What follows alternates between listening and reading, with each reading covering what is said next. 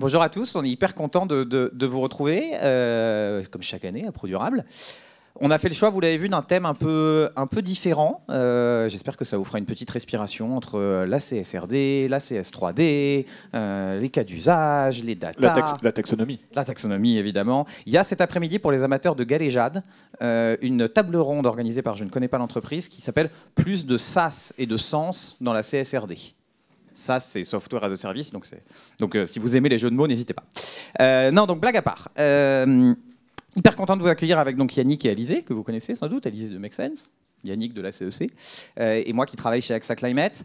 C'est un thème qui nous est venu avant l'été. Je ne sais pas si vous vous souvenez du contexte politique d'avant l'été. La question se posait, est-ce qu'on doit prendre la parole sur l'écologie ou pas? Est-ce que c'est partisan? Et on s'est dit, c'est rigolo de se demander si à la fois, dans le petit sens de politique, c'est-à-dire vraiment les partis politiques, et dans le plus grand sens de la vie de la cité, la manière dont on prend des décisions, la manière dont on s'organise, et la manière dont le pouvoir se distribue, est-ce que les entreprises qui veulent faire quelque chose pour la transition avaient des choses à dire? Alors je dois vous dire que, et ça va me donner l'occasion de passer la parole pour la première question, c'est la fausse question par excellence que nous avons choisie comme titre, parce que depuis un mois que j'en parle en disant on va faire un truc vachement bien à ProDurable, tu vas voir, faut-il politiser l'entreprise? Tous les gens un peu engagés me répondent évidemment oui, comme s'il n'y avait même pas débat. T'es vraiment un idiot de poser la question, de quoi on parle?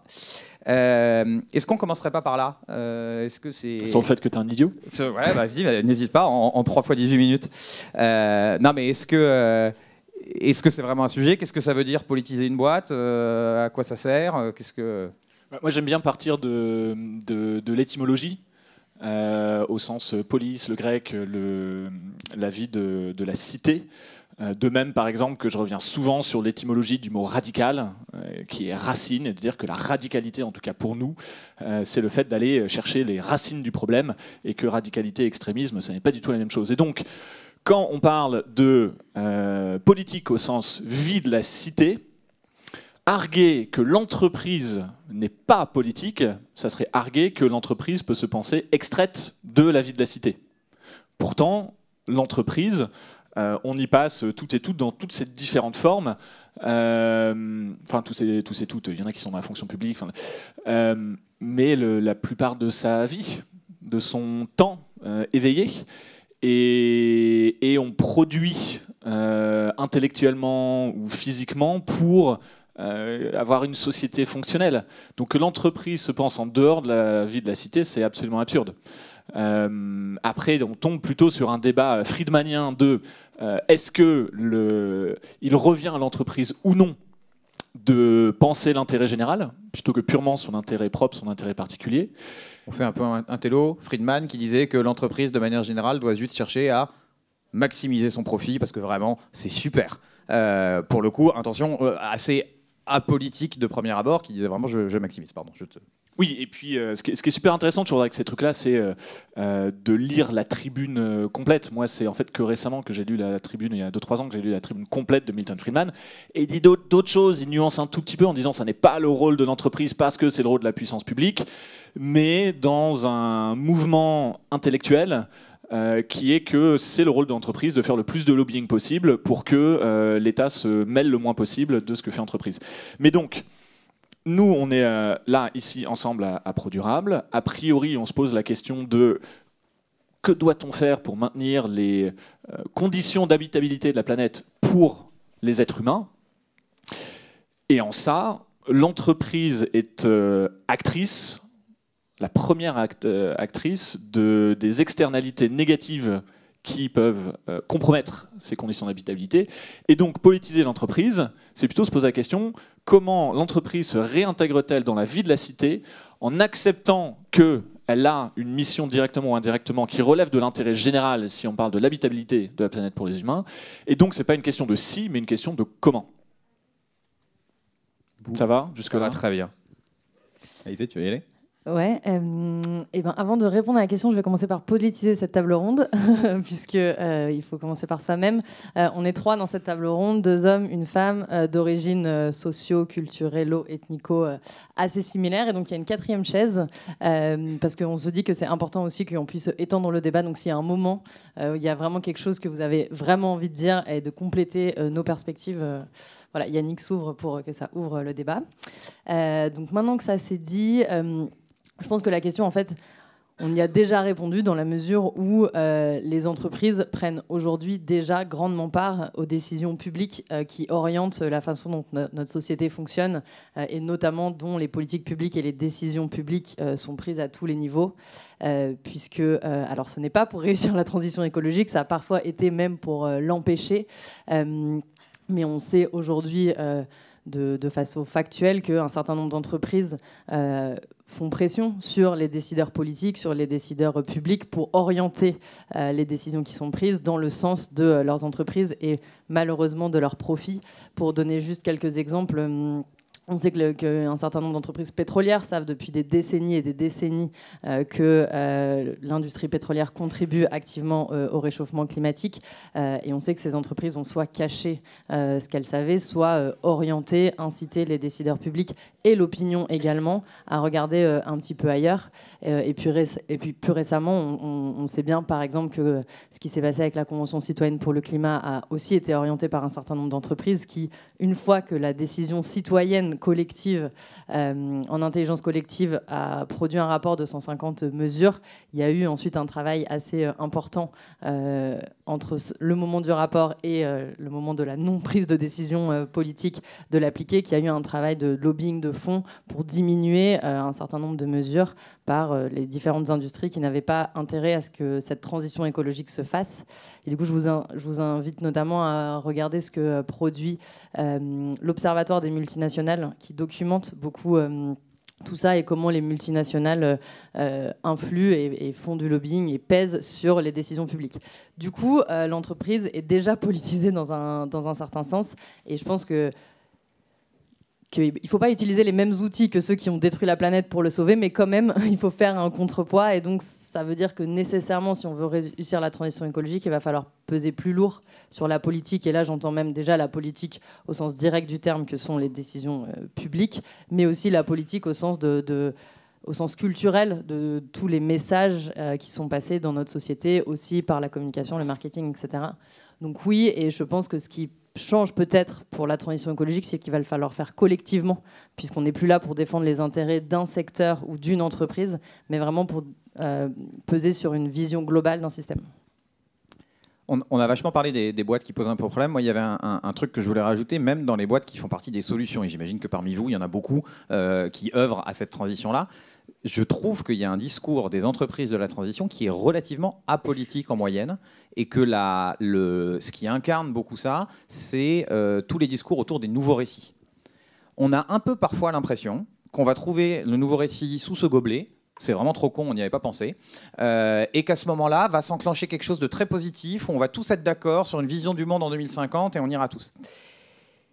Et ça, c'est toujours un truc qui m'embête un peu, parce que je trouve que c'est justement très apolitique. Et il y a une sociologue qui s'appelle Sophie Dubuisson-Kellier qui bosse sur ces sujets-là, qui a fait 2 très bons Chaleur humaine, plutôt le deuxième que le premier d'ailleurs, si vous avez le temps, et qui par ailleurs a fait une tribune où elle dit, mais en fait, on oppose d'un côté un nouveau récit idéal qui serait celui de la transition, comme si ce nouveau récit luttait contre un récit actuel, qui serait, pour le dire très vite, le récit du consumérisme.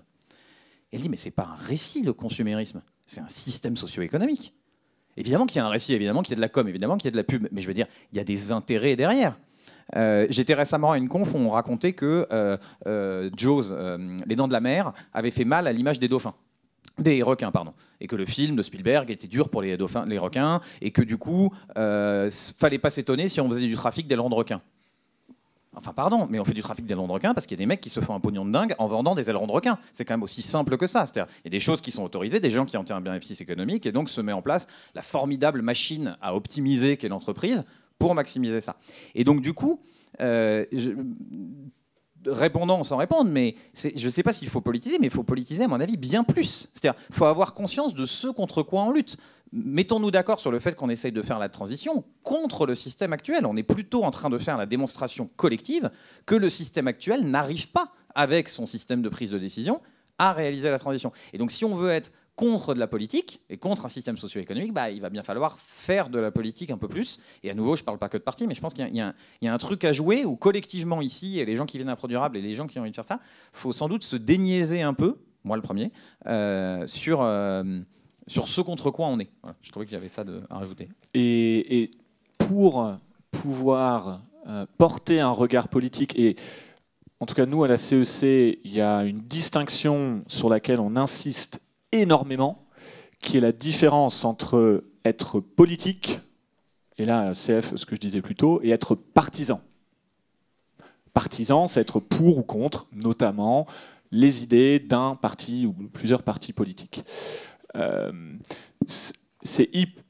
Pour franchir le cap, en fait, de s'emparer de sa puissance politique qu'on a tous à différents niveaux, à différentes échelles, c'est hyper important de défantasmer comment ça marche, en fait. Et en ça, la Convention citoyenne, elle apporte énormément d'éclairage hyper intéressant. D'avoir lu les rapports que tu citais, et dans la CEC, on a la chance d'avoir un des 4 porte-parole des 150 citoyens qui bossent avec nous depuis le début, qui a participé à toutes les réunions, ou presque, avec le lobby automobile, le lobby de l'aérien, le lobby de l'agro-agri, etc. Et en fait, de comprendre comment ça marche. La Convention citoyenne, ça a été les citoyens qui ont travaillé en bulle pendant 9 mois, 1 an. La puissance publique attendait 10 propositions, donc 3 jokers sur 10 propositions, ça faisait un bon 30%, donc ça paraissait OK. Mais en fait, c'est 149 qui sont arrivés. Et 149 avec un niveau de radicalité qui n'était pas du tout celui attendu. Donc le monde de l'entreprise, voyant arriver ce qui est arrivé, moment de panique de « oh merde, et s'il y a des décisions qui sont prises sans nous ?» Et c'est parfaitement légitime de se dire bah, je représente une industrie, je veux être partie prenante des décisions politiques qui m'affectent. Mais donc concrètement, qu'est-ce que ça a donné? Ça a été par exemple sur le sujet de l'interdiction de la publicité pour produits polluants. Comment ça se manifestait dans l'automobile? C'était de fixer un critère, et en fait le passage de politique, vie de la cité, à politique, l'exercice législatif, on passe toujours dans une question de technicité. Comment on définit des règles, comment on fait en sorte qu'elles s'appliquent, comment on fait en sorte qu'il y ait moins de trous possibles dans la raquette pour que ça marche. Et sur l'automobile, le critère, c'était une voiture polluante, ça sera une voiture qui pèse plus d'1,4 tonne. Il faut bien choisir un critère. Et ça, c'était, à l'époque, 25% du parc automobile. C'est quand même, enfin plutôt 25% des voitures vendues. Donc c'est quand même significatif. Qu'est-ce qui s'est passé après le passage de la couche lobbying des représentants de l'industrie automobile? C'était de dire ah, on n'est pas contre une règle, on n'est pas contre le fait qu'on fixe un seuil qui soit sur la base du poids de la voiture. Par contre, on pense que ça devrait plutôt être 1,8 tonne. Et dans les faits, le projet de loi climat-résilience, c'est le projet de loi le plus ambitieux que la France ait jamais produit sur l'ensemble des sujets environnementaux. Et évidemment, il n'est pas à la hauteur de l'ambition que le monde de la transition a investi, l'espoir qu'il a investi dans les propositions de citoyens. Mais donc 1,8 tonne, c'est 2,5% des automobiles vendues. Et donc en fait, de défantasmer la politique, c'est un peu s'extraire de, par exemple, si ça vous arrive de regarder le mercredi les questions au gouvernement à l'Assemblée nationale, ça c'est pas de la politique, c'est du cirque. Et tous les députés et le gouvernement en ont parfaitement conscience. C'est un exercice de représentation parce que c'est là que sont toutes les caméras, et puis ce qui se passe en commission, ils n'en ont rien à foutre les caméras parce que c'est moins, ça accroche moins. Par contre, un député qui invective ou une députée qui invective un ministre ou une ministre, bah ça vous cliquez dessus. Mais donc l'exercice politique, l'exercice d'influence de l'entreprise pour ou contre la transition, en fait, ça passe par le fait d'avoir conscience qu'on représente 2 choses qui sont indispensables pour le politique, qui est de la croissance et de l'emploi. Essayez de vous faire élire sans être capable de promettre les 2. Et que, bah en fait, tout dépend de la volonté et la capacité à descendre dans le détail technique pour ce genre de choses. Et c'est le détail technique qui, en fait toute la différence. Et le grand challenge politique qu'a le monde de la transition, c'est, par exemple, la différence entre le nombre d'employés plein temps qu'on a en relation institutionnelle au mouvement Impact France, 1,5, versus le nombre qu'il y a par exemple au MEDEF. Je ne sais pas si c'est 15, 30, 150, je ne sais plus. Et se dire en même temps que le MEDEF, c'est hyper protéiforme. Il y a le MEDEF national, il y a le MEDEF territorial. Nous, à la CEC, on a eu des représentants de MEDEF territoriaux dans nos parcours qui pensent et veulent faire des choses incroyables, mais où les injonctions contradictoires de oui, mais si on passe à 1,4 tonne, regarde tout l'emploi que ça affecte, etc. Et en fait, comme la transformation des entreprises, le débat politique, c'est rempli d'injonctions contradictoires, donc c'est difficile, c'est du clash, c'est des incompréhensions. Mais ce qui est hyper important, c'est de le défantasmer pour se sentir le courage d'y aller, parce que si les entreprises qui veulent faire bouger positivement les choses n'y vont pas, celles qui ont tout intérêt à ce que ça ne bouge pas, continueront d'y aller de toute façon. Tu veux nous raconter un peu le mouvement Impact France? Pas du tout suivant l'ordre où on avait dit qu'on parlait, mais en rebond. Non, mais je vais faire la transition. Le mouvement Impact France, c'est un mouvement duquel je suis administratrice qui vise à représenter les entreprises à impact et les entreprises en transition vers plus d'impact social et écologique sur la scène politique, et donc à porter un plaidoyer en faveur d'une économie d'intérêt général. Qu'est-ce que ça veut dire? Ça veut dire qu'aujourd'hui, les règles, donc les politiques publiques telles qu'on vient, les lois, la fiscalité, les aides publiques à l'économie sont conçues d'une certaine façon, et derrière chacune de ces mêmes critères d'attribution de tel ou tel financement, il y a une vision politique de l'économie derrière. Aujourd'hui, elles sont conçues pour soutenir l'innovation technologique, pour soutenir en effet la croissance du PIB, inconsidérément des externalités sociales et écologiques des entreprises. Et donc nous, on milite pour faire changer ces lois, ces politiques, pour qu'elles soient avantageuses pour les entreprises qui essayent de faire bien. Et derrière ça, l'idée, c'est que demain, faire bien, en protégeant les écosystèmes, en respectant les travailleurs, en diminuant au maximum ces externalités, ça doit coûter moins cher que faire mal. Alors qu'aujourd'hui, ça coûte plus cher. On le voit, toutes les industries écologiques et durables sont in fine plus chères. Et donc, on demande aux consommateurs de payer. Ce qui, en phase de croissance globale, peut-être que ça fonctionne. Mais on le voit, dès qu'il y a de la récession ou de l'inflation, les premiers secteurs à prendre, c'est par exemple l'alimentation biologique. Et donc, il faut changer de, aujourd'hui, une prime au vice, qui est, ça coûte moins cher de polluer et d'externaliser dans les pays à bas coût et qui ne respectent pas les travailleurs, que de produire en France en limitant les déchets, etc. Donc nous, on porte des mesures très concrètes auprès des différents ministres, des administrations, des régions, pour, par exemple, rendre les aides publiques... travailler l'éco-conditionnalité des aides, c'est-à-dire que les aides publiques d'État soient soumises à des critères écologiques et sociaux. Autant vous dire qu'au niveau national, on est assez peu écouté. On l'a vu pendant le Covid, où en fait c'est majoritairement des grandes entreprises qui ont touché les aides, mais on commence à se faire entendre de certaines régions. Donc, par exemple, la région Occitanie a intégré notre outil de mesure, qui est l'Impact Score, comme un outil d'aide à la décision, d'attribuer ou non des financements. Donc voilà, on essaye de travailler à tous les niveaux pour travailler. Donc ça, je ne sais pas si c'est politiser l'entreprise, mais en tout cas, c'est au niveau public, se dire qu'on va soutenir les entreprises qui vont dans le bon sens. Et du coup, nous, le mouvement Impact France, nos adhérents, c'est des entrepreneurs et des entreprises qui disent nous, on veut bien faire le mieux qu'on peut. Si on n'est pas soutenu à un moment par le système, comme tu le disais, Antoine, ça ne va pas marcher. En fait, on va toujours avoir un plafond de verre et on n'aura jamais d'avantage compétitif. Sur ça, juste rebondis, ouais. je pense que c'est politiser l'entreprise. On a récemment recruté quelqu'un, nous, du mouvement Impact France. Donc j'ai fait un entretien d'embauche avec cette personne qui était en charge de trouver les partenariats. Et donc les partenariats, c'est des gens qui n'adhèrent pas au mouvement Impact France, parce que tu dois adhérer, mais qui veulent bien associer leur image en organisant un gros événement, machin. Et je lui dis, c'est marrant, il y a des boîtes qui préfèrent faire ça, qui préfèrent... Elle me dit, ah bah oui, parce que quand tu adhères à un mouvement politique. Des entreprises adhérentes pourraient ne pas être d'accord avec telle tribune dans les Échos qu'on signe Mouvement Impact France. Et ça m'a frappé parce que je me suis dit, t'as déjà vu une boîte se dire ah non, MEDEF, trop radical. Hein. En fait, personne menace de rendre sa carte du MEDEF, quand bien même on n'est pas tout à fait d'accord. C'est-à-dire qu'à un moment, c'est la fédération des patrons. Et donc j'étais étonné d'à quel point dans le discours Mouvement Impact France, le mot politique revenait souvent. Ouais. Avec son potentiel de conflictualité, son truc un peu radioactif pour une entreprise. Parce que l'équivalent du cirque que tu mentionnais pour le politique, c'est probablement, quand on est un patron de grande boîte, aller donner une interview d'une demi-heure sur France Inter. Et c'est aussi en fait une forme de cirque quand on y pense. Pas du tout dans le même excès, mais dans quelque chose qui va consister à slalomer entre les points extrêmes et à surtout pas dire qu'on va avoir un problème. Vous en avez combien des patrons de boîtes de tourisme aujourd'hui qui vous disent qu'on va avoir un vrai gros problème avec le ski ? Et que quand Alpe Grand Serre, ça ferme, c'est pas pareil que quand Métabier, ça ferme. Enfin, il y a des... il n'y en a pas beaucoup. Ils vous disent que oui, il y a des stations qu'on va aider à faire leur transition, et puis les stations de haute montagne. Donc, assumer cette radicalité qui est quasi politique et dire à un moment à quoi on se prépare, aujourd'hui, la vérité, c'est que ça clive et les boîtes sont optimisées, je trouve, pour surtout jamais cliver.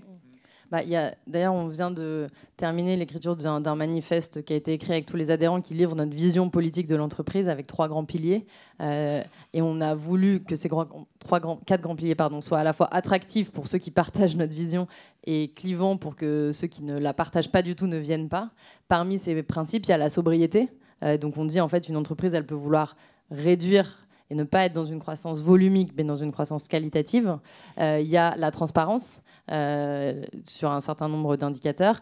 Et il y a le caractère contributif de l'entreprise. Et on écrit texto qu'on croit dans les services publics et qu'on croit dans l'impôt comme un outil pour redistribuer et orienter l'économie vers tel ou tel projet de société. Donc c'est sûr que quand on a de l'autre côté des entreprises et parfois le MEDEF qui ne font que demander à diminuer les impôts. C'est sûr qu'il ne faut pas que les impôts et les taxes tuent les entreprises, mais ça reste un outil de redistribution pour que ceux qui gagnent plus permettent de soutenir ceux qui gagnent moins. Donc en effet, il y a une vraie vision politique de l'entreprise. Et après, l'intérêt de se réunir au sein du mouvement Impact France, c'est que les entreprises sont à l'intérieur et peut-être moins visibles. Elles ne sont pas obligées de partager toutes les tribunes. Mais par contre, on a besoin de cette représentation collective qui porte une voix et qui se fait son chemin à travers les administrations pour faire avancer les messages. Et je peux peut-être rebondir là-dessus en partageant un peu en tout cas de notre point de vue. Enfin, j'ai pu voir celui du MIF. Moi, je suis administrateur invité côté CEC. Tu as ouvert avec. Il s'est passé un truc cet été.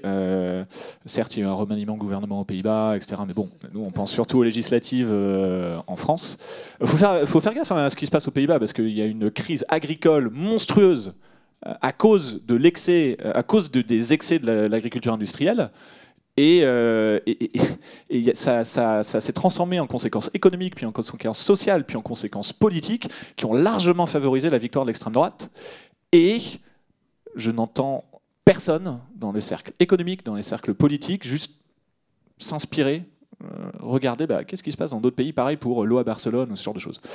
Mais donc, pendant les législatives, notamment l'entre-deux tours, il y avait ces questions dans les mouvements d'entreprises engagées directement ou indirectement. Donc tu as le MIF, tu as la CEC, tu as la communauté d'entreprise à mission, tu as la Fresque, tu as le Shift,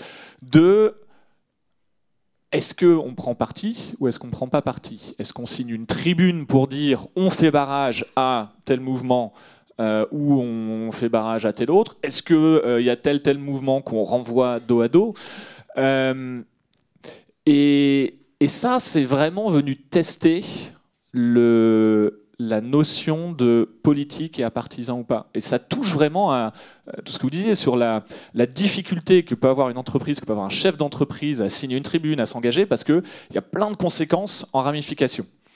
Par exemple, en l'occurrence, la CEC, tu me racontais que la question s'est posée et, oui. et vous avez décidé de ne pas le faire. La CEC...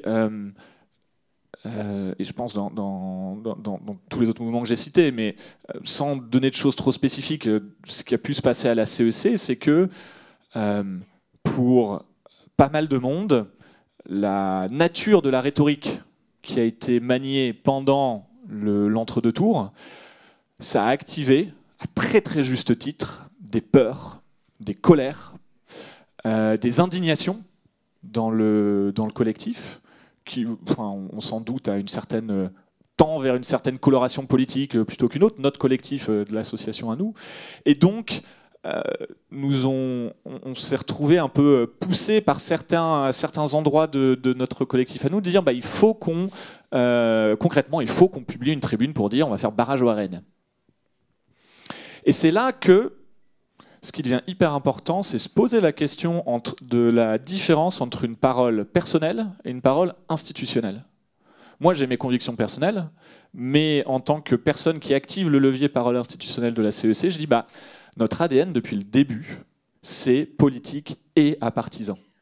En 2022, je suis allé avec un mélenchoniste et une ancienne encartée des Verts interviewer le représentant écologie de Marine Le Pen. On n'était pas forcément bien ni à l'aise dans leur QG, mais on y est allé. Parce que ce qui est crucial, c'est de tendre la main, de dialoguer, de prendre le temps. Et dans ce contexte-là, avec ce truc qui montait, moi, ce que j'ai fait, c'est d'appeler des dirigeants, c'est de penser à des dirigeants, de dire, bah, je pense à tel dirigeant, c'est une boîte de 10 000 personnes, c'est industriel, il y a plusieurs sites. La plus grande des probas, c'est que son collectif de 10 000 collaborateurs soit représentatif de l'électorat français.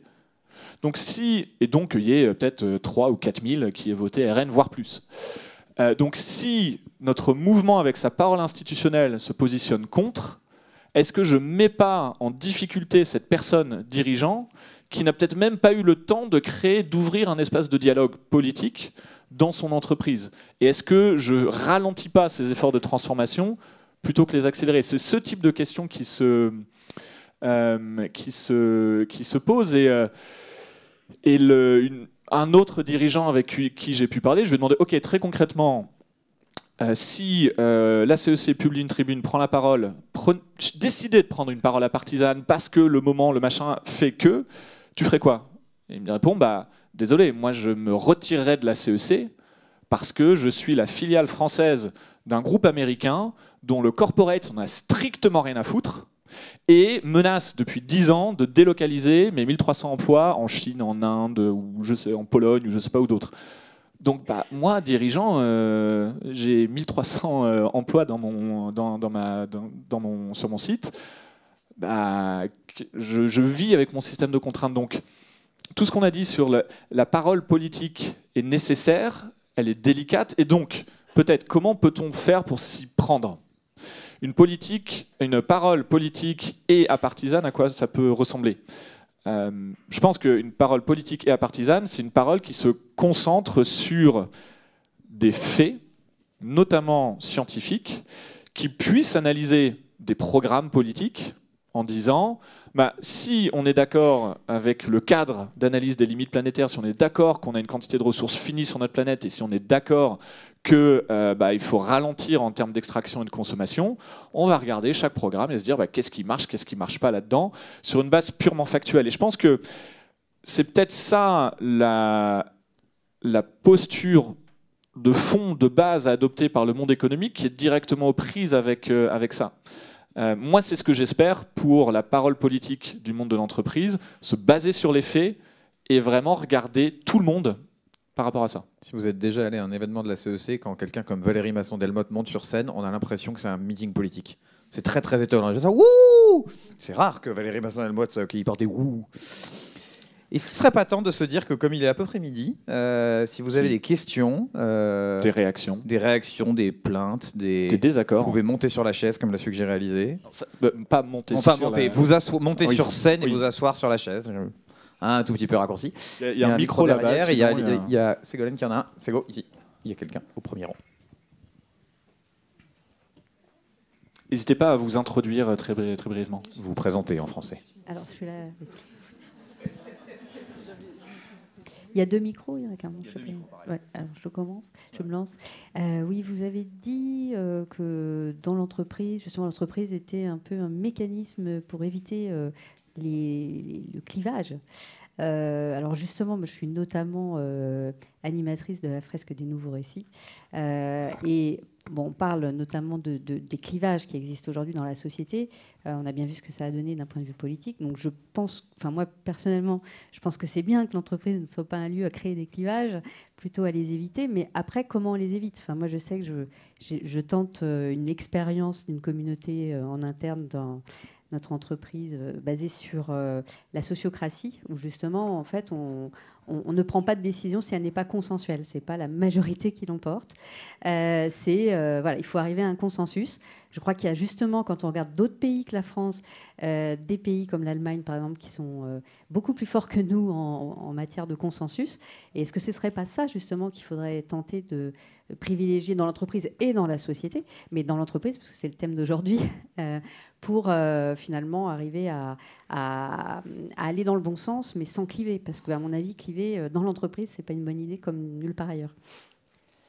C'est une super question, merci de la poser parce que c'était un des autres sujets qu'on voulait aborder parce qu'on a beaucoup parlé là de l'entreprise dans la société, mais en fait ce qui se joue dans l'entreprise est aussi éminemment politique et on a tendance à restreindre la démocratie, alors déjà aux élections, alors que bon la démocratie sociétale peut être beaucoup plus large, mais même en fait la démocratie peut se jouer au sein de l'entreprise et c'est la capacité qu'ont des collectifs à prendre des décisions collectivement et pas de façon ultra centralisée. Et du coup peut-être deux choses à dire là-dessus, c'est que donc aujourd'hui, une entreprise peut faire des choix de partage du pouvoir et de partage de la valeur qui sont radicalement différents de ce qui est fait aujourd'hui. Et ça aussi, c'est une prise de parti politique. Donc quand on décide, par exemple, de limiter les salaires, les écarts de salaire dans l'entreprise, comme ce qui est fait dans l'économie sociale et solidaire à des degrés variés, de 1 à 4, de 1 à 7, de 1 à 10, etc., en fait, c'est un parti pris politique de se dire les écarts ne doivent pas dépasser tant et il n'y a pas 1 à 100 d'écart de valeur apporté par une personne dans l'entreprise. Quand on décide de décentraliser les prises de décision en fonction des sujets, c'est aussi des partis pris politiques et Loïc Blondiot, qui est un chercheur qui travaille sur la démocratie, nous dit c'est impossible qu'une démocratie à 70 millions fonctionne si au quotidien on n'expérimente pas ce qu'est la démocratie dans nos espaces et donc dans l'entreprise. Et en fait, comment on peut demander à des gens qui, dans leur entreprise, sont de moins en moins écoutés, de ensuite s'intéresser à un niveau encore plus haut où ils sont encore moins écoutés. Et il y a aussi un chercheur qui s'appelle Bruno Palier qui a fait toute une enquête sur le travail et qui démontre les liens qui sont... alors c'est plutôt des liens de corrélation, il ne va pas jusqu'à la causalité, mais entre les conditions de travail d'une personne et son vote, et notamment les liens entre plus une personne a des conditions de travail difficiles, plus cette personne va voter pour les idées d'extrême droite. Et d'ailleurs, je trouve intéressant, c'est vrai et aux États-Unis, et c'est vrai ce qui est en train de se passer en France, le lien entre le vote d'extrême droite et des catégories sociales, c'est, ce qui peut le plus indiquer ce que va voter une personne, c'est son niveau de diplôme. C'est pas son revenu, c'est pas sa couleur de peau, c'est avant tout le premier critère, c'est son niveau de diplôme. Et donc plus on a un niveau de diplôme bas, plus on va être enclin à voter pour l'extrême droite. Et du coup, il y a une vraie responsabilité des dirigeants d'entreprise, mais de tout type d'entreprise, de recréer du lien et un sentiment d'appartenance et de l'écoute et du partage et du pouvoir et de leur valeur dans les entreprises. Parce qu'en fait, cette polarisation qu'on voit de plus en plus entre ceux qui sont au bas de l'échelle, les managers et les dirigeants, en fait, c'est celle-là qu'on retrouve aujourd'hui dans la société, avec des votes qui se polarisent. Moi, je trouve que pour rebondir sur votre question, les boîtes à regarder qui m'intéressent, c'est les grandes boîtes un peu parapubliques, typiquement anciennes boîtes nationales. Quand vous regardez ce qui s'est passé dans le premier opérateur télécom français en interne, de petites frondes à l'arrivée de la 4G, enfin de la 5G à l'époque, alors ça suffit pas à faire basculer le truc, mais en fait, les collaborateurs sont des citoyens et donc les boîtes sont déjà un peu politiques, qu'elles le veuillent ou non de l'intérieur, et il y a des mouvements qui ressemblent à des mouvements de contestation politique. Moi, j'avais été contacté, alors non pas dans les telcos, mais dans le plus grand énergéticien français, qui est une boîte qui fait beaucoup d'électricité, donc il y a beaucoup de... Et il y avait un collaborateur qui n'était pas content du fait que par ailleurs, ils avaient vendu des pompes hydrauliques au projet Neom, vous voyez, cette gigaville là en Arabie Saoudite qui pose des vraies questions. Et il m'avait contacté sur LinkedIn en me disant peux-tu aller dénoncer s'il te plaît sous le poste de ma boss que vraiment c'est dégueulasse de vendre des pompes hydrauliques.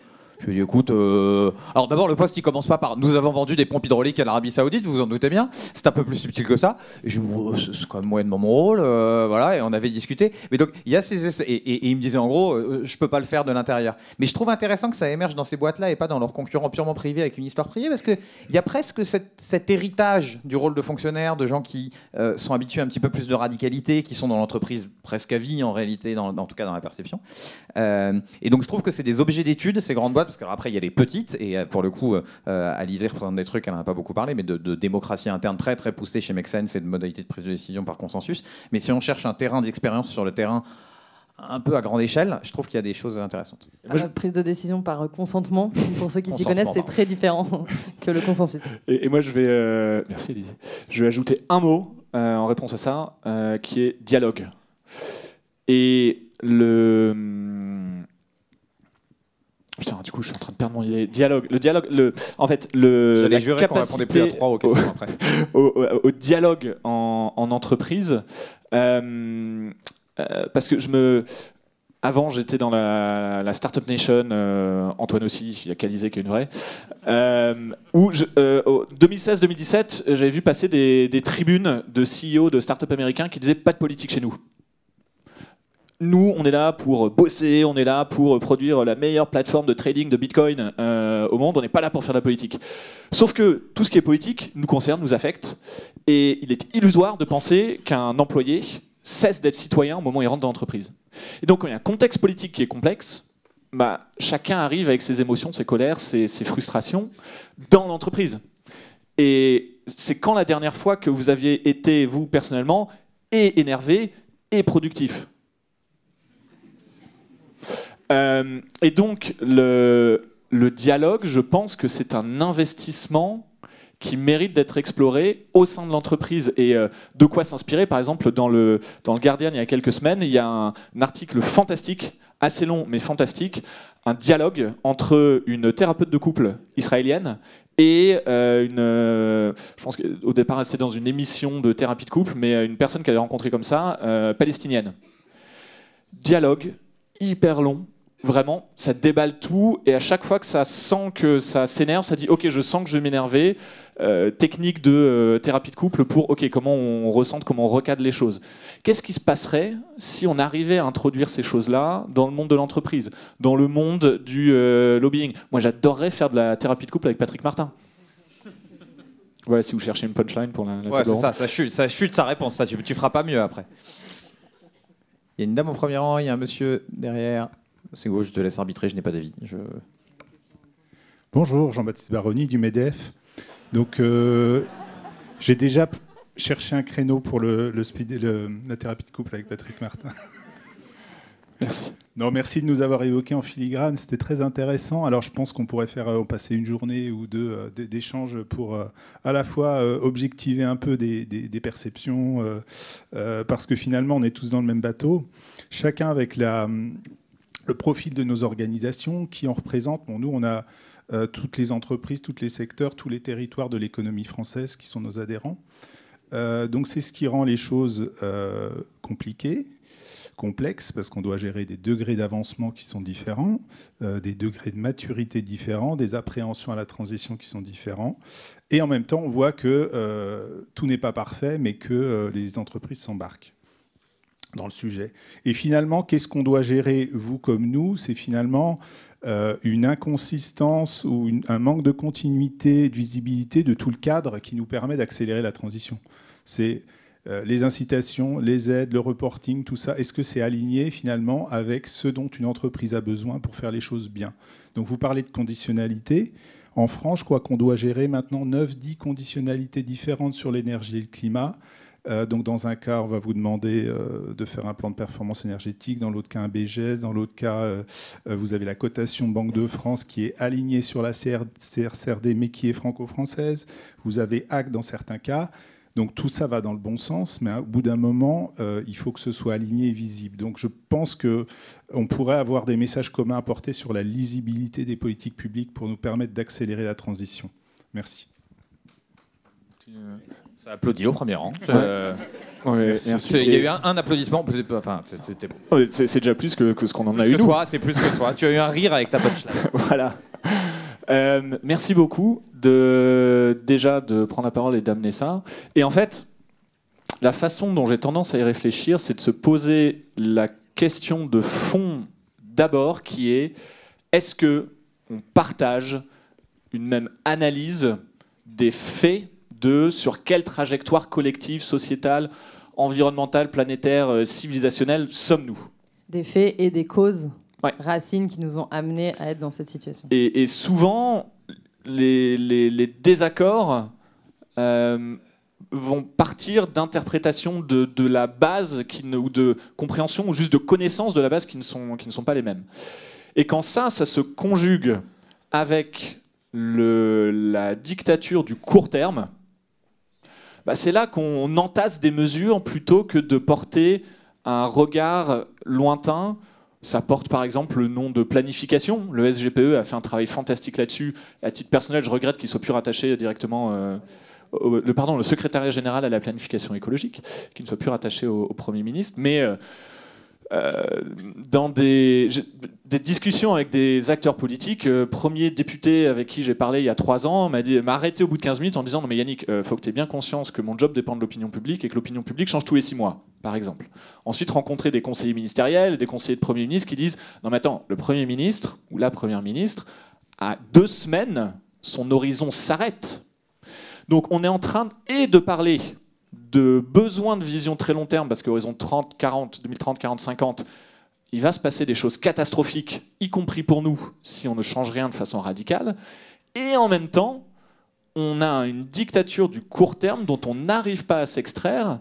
Et c'est cette dictature du court terme qui fait qu'on s'engueule le plus, en fait, plutôt que une vision long terme basée sur des faits scientifiques. Donc, dans tous ces sujets-là, comment on fait pour ne pas multiplier, avoir des millefeuilles de normes et de choses hyper chiantes à suivre et parfois contradictoires? Ça demande un exercice de prendre une grande respiration, de patience, de regarder loin, mais c'est peut-être ça le plus difficile. Mais moi, ça me donne de l'espoir aussi, parce qu'on y arrive, quoi, c'est humain. Et je pense que ce que vous décrivez aussi de la multiplication est lié à l'incapacité qu'on a à exécuter ce plan, par exemple. Ce plan, il a été écrit, il disait qu'on était à 0,1% de part de nouveaux camions vendus électriques, par exemple. Et donc c'est un dashboard, hein, vraiment l'idée c'est on vous dit étape par étape. Donc 0,1% des nouveaux camions vendus en 2022 étaient électriques. Nous sommes à 1% cette année, le plan il disait 8. 1 c'est pas mal moins que 8. Qu'est-ce qu'on fait avec ce truc aujourd'hui? On ne sait pas trop. On essaye. Antoine Peillon, donc, qui est encore attaché, mais il n'est plus au cabinet du Premier ministre, il dit c'est pas le gosse plan. Alors évidemment, quand on fait ça, c'est aussi un appel du pied à dire regardez comme c'était horrible. Et alors, est-ce que la planification, c'est l'URSS? Mais donc, si c'est pas le gosse plan, c'est quoi exactement? C'est des chiffres qu'on aurait bien aimé atteindre et qu'on n'atteint pas? Auquel cas, du coup, c'est peut-être un peu beaucoup. Donc, je trouve qu'il y a un inconfort. Du politique à accepter jusqu'à quel point il va contraindre et imposer à l'économie. Et là, pour le coup, il y a des voix qui disent surtout pas trop, d'autres qui disent beaucoup. Et là où je reviens sur ton point, et ça va faire un deuxième point Guardian, il y a hier un papier extraordinaire sur un rapport des meilleurs scientifiques du monde, Timothy Lenton, Michael Mann, y compris des optimistes comme Michael Mann, Johan Rockström, donc des meilleurs spécialistes du climat, qui publient un update de où on en est. Et on est super mal. Mais genre super mal. Et en fait, la question qui se pose, c'est on est là. Est-ce que là, on tombe de ça? Est-ce qu'on tombe par terre? Et une fois tant qu'on s'est pas mis d'accord sur ça, et cette réponse, elle est politique. À quel point c'est très très grave de tomber de l'autre côté de la table? Si c'est très très très très très grave, alors ouais, il y aura de la casse sociale. Alors ouais, ça va poser des questions. Si c'est juste très grave, mon arbitrage, notre arbitrage commun de société, c'est pas le même. Et donc c'est pour ça que je pense que le débat autour de on est tous d'accord sur le problème, qui est un truc qu'on entend énormément. Hein. On est tous d'accord sur le problème, maintenant parlons des solutions. Je suis désolé, on n'est pas du tout tous d'accord sur le problème. Le cœur du débat, c'est à quel point on se met d'accord en tant que société sur le degré de gravité du problème. Et on est très loin d'être d'accord. En tout cas, le barycentre auquel nous sommes aujourd'hui me semble relativement éloigné du barycentre des faits, de la manière dont on peut le dire. Pardon, c'était mon moment Guardian. Est-ce que midi 15 est un hard stop? Est-ce qu'on va se faire virer, Ségolène? Oui, alors Ségolène dit qu'on va se faire virer. Elle a fait ça, elle a hoché la tête, donc ça peut vouloir dire plein de choses. Ça peut vouloir dire plein de choses. Allez, il y a une dernière question de quelqu'un au fond. Ouais, Ségo, à ta gauche. Non, c'est moi qui ai pris le micro. Oui, pardon. Ludovic, d'une société qui est leader dans les télécoms. Bizarre. Hein. En réalité, c'est pas une question, mais ça va être plus une remarque. Faut-il politiser l'entreprise? En réalité, on s'en fout, c'est pas la question. On a un putain de problème à régler. Il faut qu'on s'y attaque. Et en réalité, une entreprise, c'est pas une démocratie. Voilà. Et en même temps, si on la politise, vous allez avoir des acteurs qui vont être politisés sur lesquels on va mettre du monde. Et tant mieux, il faut qu'elle ait un truc. Et en même temps, celles qui ne savent pas se politiser, il faut qu'en interne, on crée un maximum de friction pour transformer l'entreprise. Et je vais rajouter un truc, c'est que aujourd'hui, le fait de ne pas être d'une démocratie et en même temps de travailler sur l'adaptation, surtout quand on est dans une grosse boîte, ça met au pied du mur face à une réalité des aléas qui vont nous tomber dessus. Et c'est un bon moyen, comme ce n'est pas une démocratie et qu'il faut travailler dessus, arriver à mettre en face de dirigeants et de décideurs la réalité des faits de la mouise dans laquelle on est. Et donc je pense qu'en réalité, il ne faut pas se poser la question, il faut qu'on se bouge. Et il faut qu'on se bouge tous. C'est ça qui va être important, c'est ça qui va être déterminant. Voilà, c'était le mouvement. Alors nous, on nous a demandé de répondre à cette... Non, mais plus globalement, je pense que politiser, tout ce qu'on vient de dire, c'est une des façons d'accélérer le fait qu'on se bouge et de créer des frictions. Je pense que la politique, c'est l'art de de gérer des conflits, de gérer la conflictualité et puis d'en sortir ensemble plus grand. Et ça me permet de rebondir sur... En fait, l'entreprise, elle est aussi politique, notamment par l'action des syndicats. Enfin, à l'intérieur, c'est pas une démocratie, mais on est quand même censé avoir des corps intermédiaires qui représentent les collaborateurs. Et on voit de plus en plus, et c'est un des métiers qu'on fait chez Make Sense, qui est des collectifs de collaborateurs qui veulent justement créer de la friction en interne sur les sujets écologiques et pousser leurs dirigeants à agir sur l'activité de l'entreprise pour activer la transition écologique. Et donc, ça crée aussi de la politisation interne. Peut-être ce qu'on peut regretter, c'est qu'aujourd'hui, ça se fait souvent à côté des syndicats. Et donc, en fait, ça ne massifie pas forcément la pression qui est faite là où il y aurait des choses hyper intéressantes. Mais bon, c'est un tout autre débat qu'on pourra lancer une autre fois. Mais donc voilà, pour moi, le fait de politiser l'entreprise en externe ou même en interne, ça contribue à créer ces frictions qui, normalement, si on arrive à avoir un vrai discours du dialogue et puis ensuite de la prise de décision, devrait permettre d'accélérer la transition écologique, qui est semi-le-cas aujourd'hui. Mais Et ben voilà, fin de conférence. Merci beaucoup d'être venu. Merci. Merci.